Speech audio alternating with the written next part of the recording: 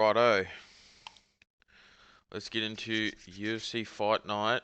Blanchfield versus who is it? Fucking scroll up. It's Blanchfield versus Barber. It is probably the least exciting card so far this year. So there's that, but there's a couple of fights that I'm definitely gonna watch. Because I'm very interested in this fight here. Levitt fight. I'm pretty sure Levitt's gonna and we'll get into the picks. We'll get into the picks. I'm not gonna go through. That fight seems interesting. This will probably be a first round KO. This fight's interesting just because they're both pretty good fighters.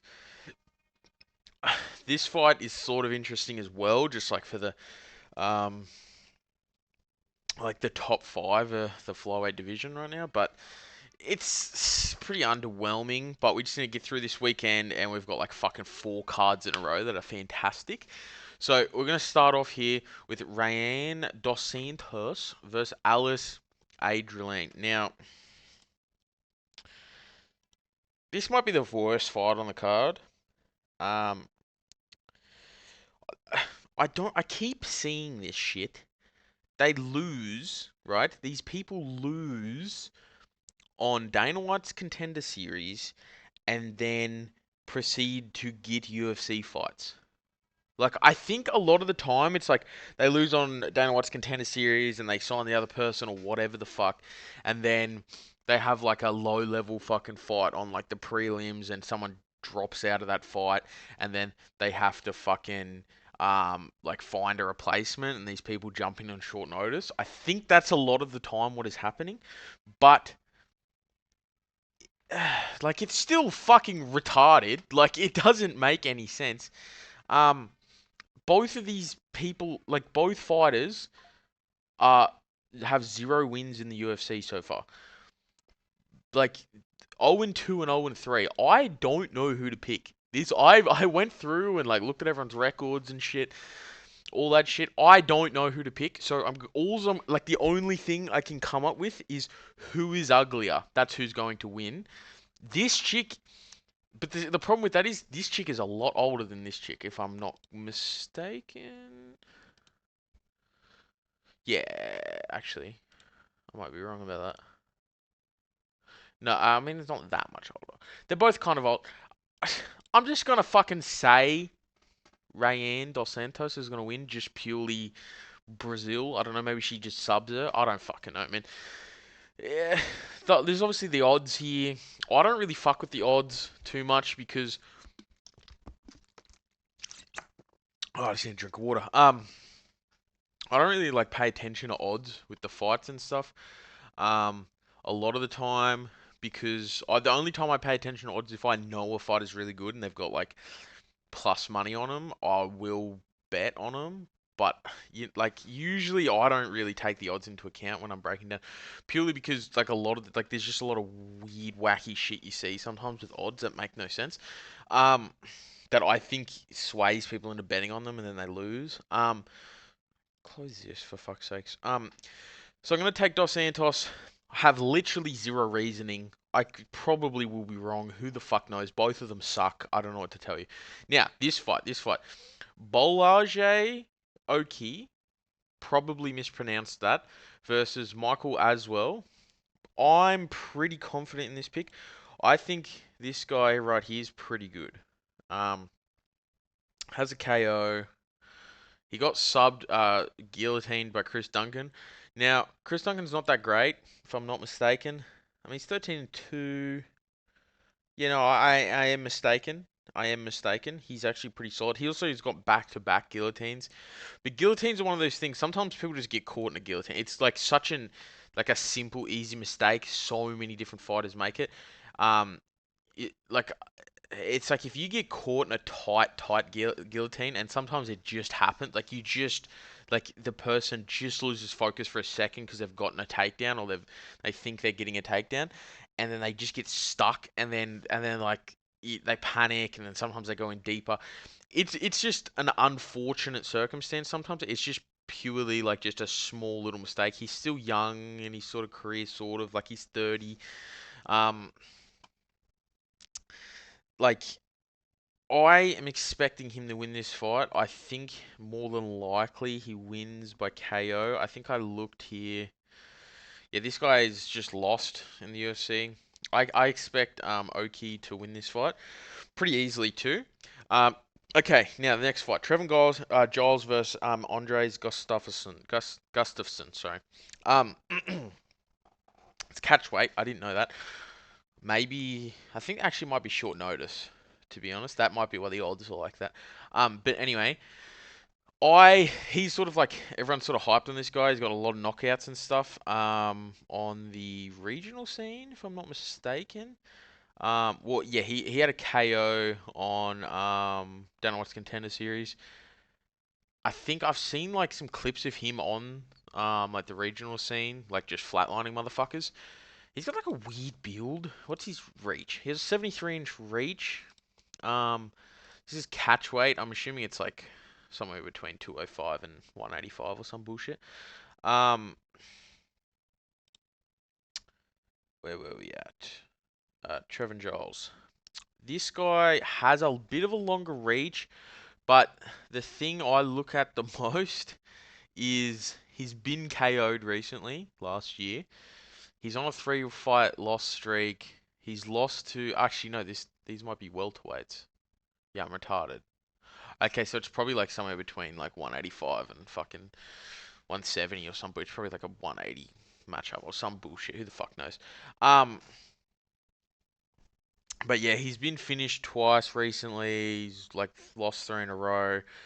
He's been KO'd before. Obviously, like getting KO'd by Dricus du Plessis is not like the end of the fucking world. The guy's a world champion.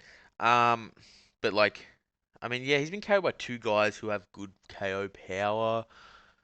Like, there's these fights, like split decision versus James Krause. For all we know, James Krause bet on himself to fucking or bet on Trevor Giles against him and like perfectly through this fight. Who the fuck knows with that?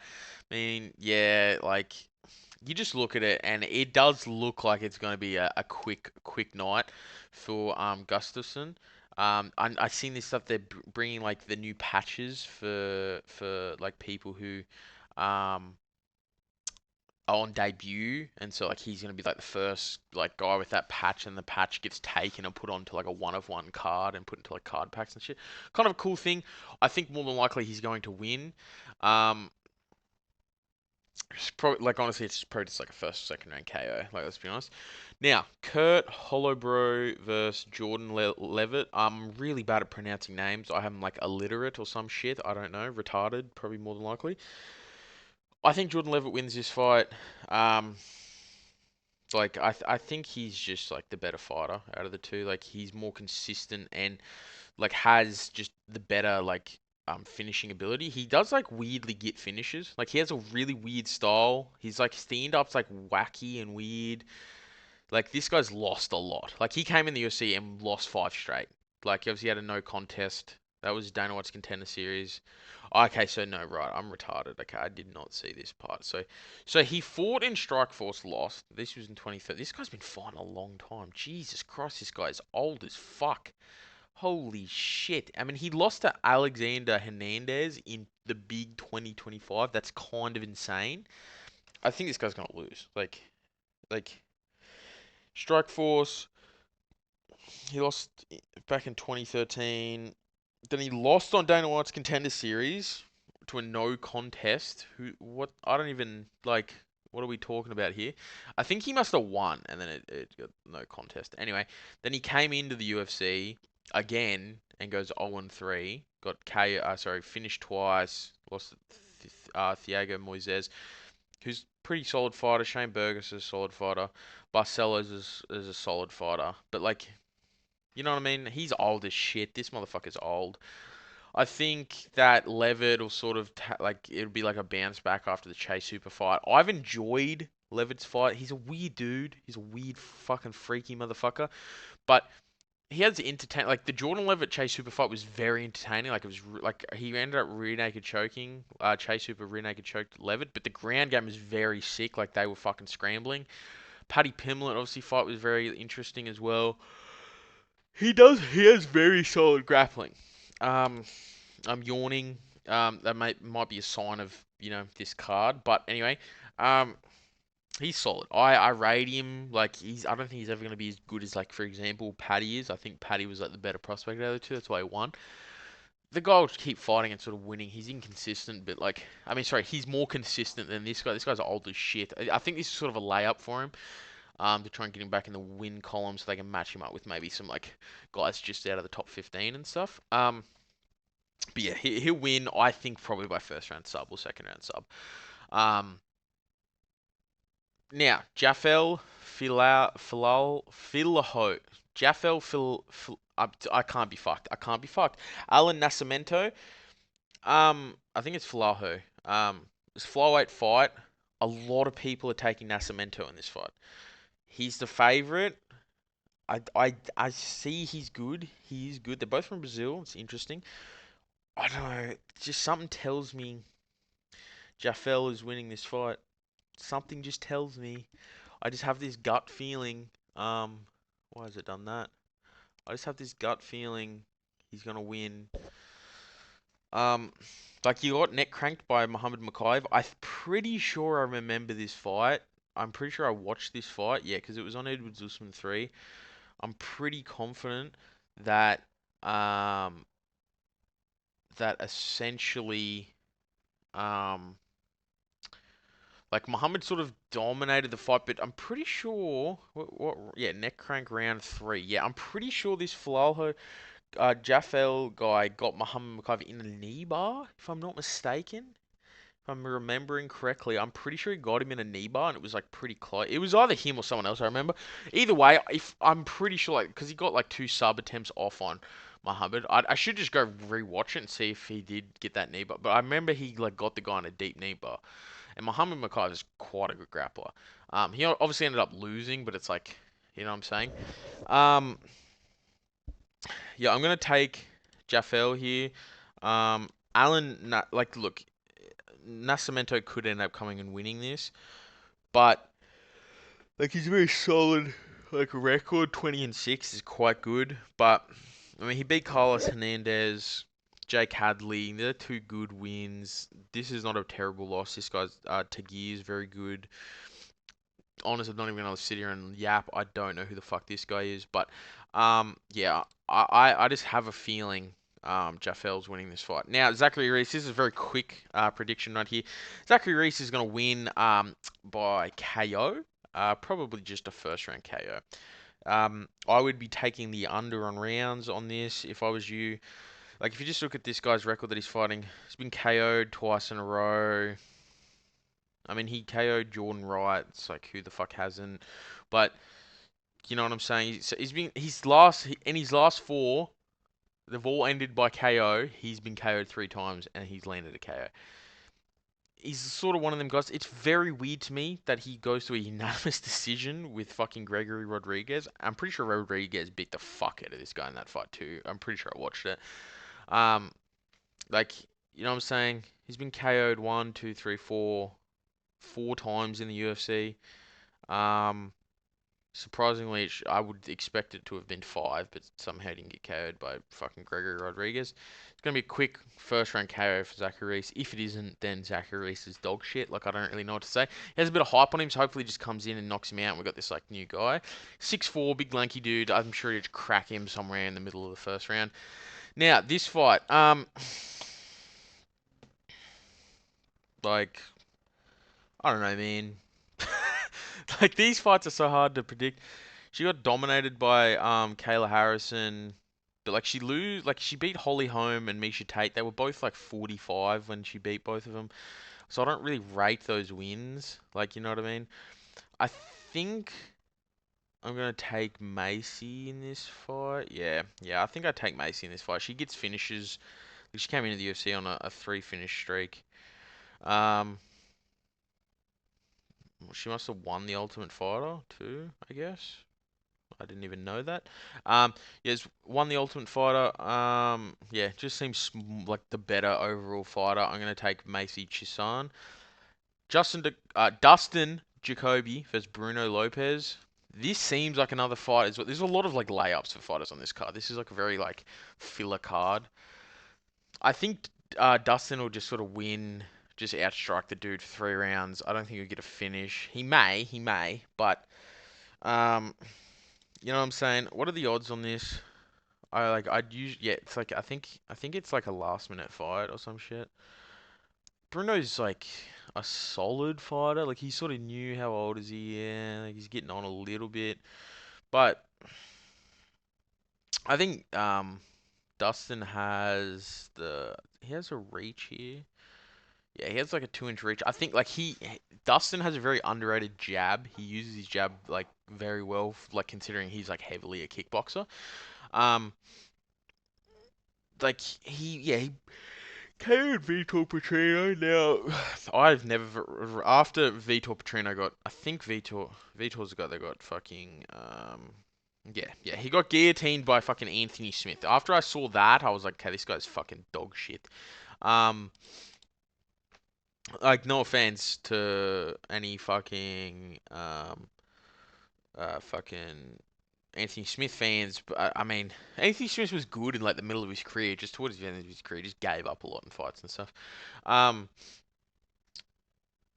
like yeah, I mean I think Dustin will probably just sort of like just it'll be a decision win, it'll be like fair. There'll be a little bit of back and forth, but he'll just win by decision. It probably won't be that interesting of a fight. It's light heavyweight though, so who knows? Bruno Lopez might just come out and throw a fucking spinning heel kick and just flatline Dustin Jacoby. It's like a bunch of cartoon characters in the light heavyweight division. It literally makes no sense. Moving on to Billy Ray Goff versus Ramirez, Brav, whatever the fuck cunt that is. I think I'm gonna take Billy Ray Goff here. How old is he? Like he's sort of youngish, like what 27? I think they're both sort of young, if I'm not mistaken. Yeah, like you know what I'm saying. They're sort of both sort of young. This guy's like 30 fucking 3 or something. They're sort of in their primes. This guy did lose to Themba Grimbo. Not a terrible loss. He carried Mickey Gall, but it's like everyone's like Mickey Gall's old as fuck now, and like if you don't carry Mickey Gall, then like you know what I'm saying. I'll take Billy Ray Goff here, just gut feeling. It'll probably be an interesting fight. I'm sure this is. I have a weird feeling this is gonna be a fight that's just like really good and entertaining for some reason. Okay, here now we're at like two of like the more important fights on this card, just for like their divisions. Matez Gamrot.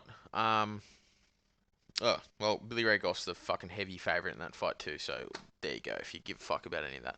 Um, yeah, Matez Gamrot versus Ludovic Klein.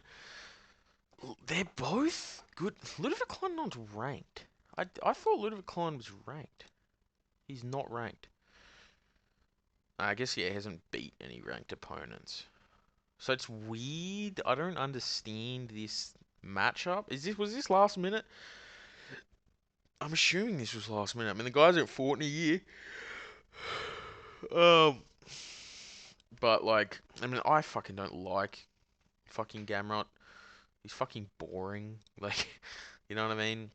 Um, my boy Dean Hooker beat him fucking last year. It was like that was a good fight, but like it was only a good fight because of Dean Hooker and like his fucking iron fucking will. Like he beat Rafael Dos Anjos, sorry. I'm not surprised. Like Anjos is old as shit, but like you know what I'm saying. The Fiziev fight, he KO'd Fiziev. I don't remember that. Oh wait, no, I do. I do remember that. Yeah. I do remember that. Yeah, that's probably his best win, if I'm honest. Beating Jalen Turner to a split decision is the exact reason why I picked Dan Hooker, because like they're similar sort of fighters. Dan Hooker's better than Jalen Turner, first off, but like similar build and like length, and they strike similarly. Us, this like it's just Jalen Turner has no takedown defense, whereas Dean Hooker like actually can defend and get up from takedowns. I know like the number there is like, what are you talking about? But just trust me. I mean, he lost to Beneil Dariush, which is like he's a weird fighter. He has good wins. Obviously, he beat Arman Sarukian back in the day. I don't think he would beat Arman Tsarukyan today, like if they rematched. I think a lot of people think Tsarukyan won that fight or whatever the fuck, but yeah, I'm gonna take Gamrot here, probably just win by decision. I think this will be sort of. I don't know why Ludovic Klein's getting this fight, like this win. He's got a KO. He has two KOs. They're both by kick, which is interesting enough.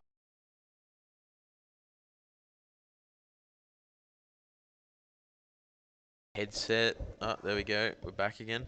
Headset keeps doing that fucking thing. I thought if I just played music in the background at like 2%, it would fucking stop my fucking headset from turning off. It just does that, I guess. But anyway, um,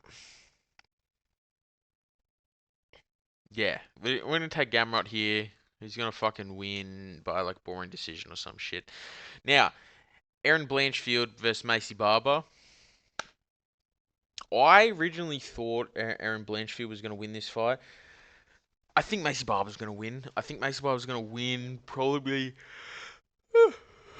by decision. I would actually bet money on this for Macy Barber to win this fight. Um, see, Andrea Lee held her down, which is weird.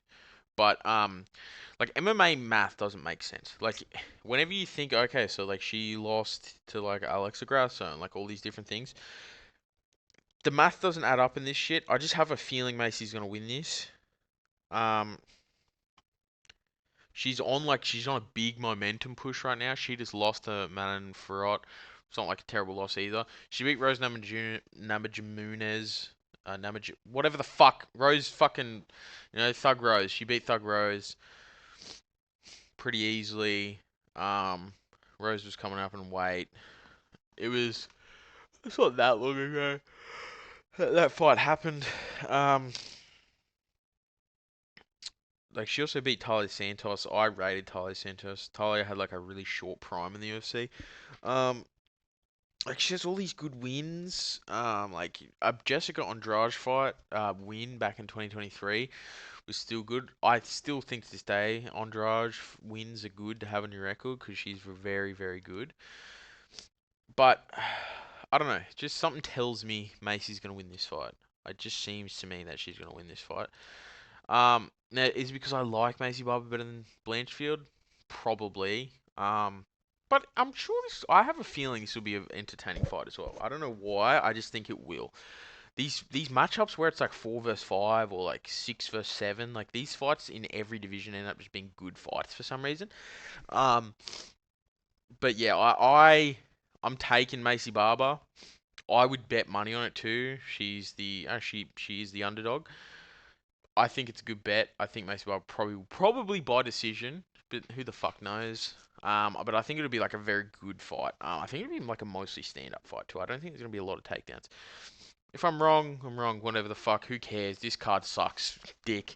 Um, it's not gonna really matter at the end of the day. Yeah. So we're gonna take Macy Barber by decision. So just to reiterate who we're fucking taking through the whole fucking fight card.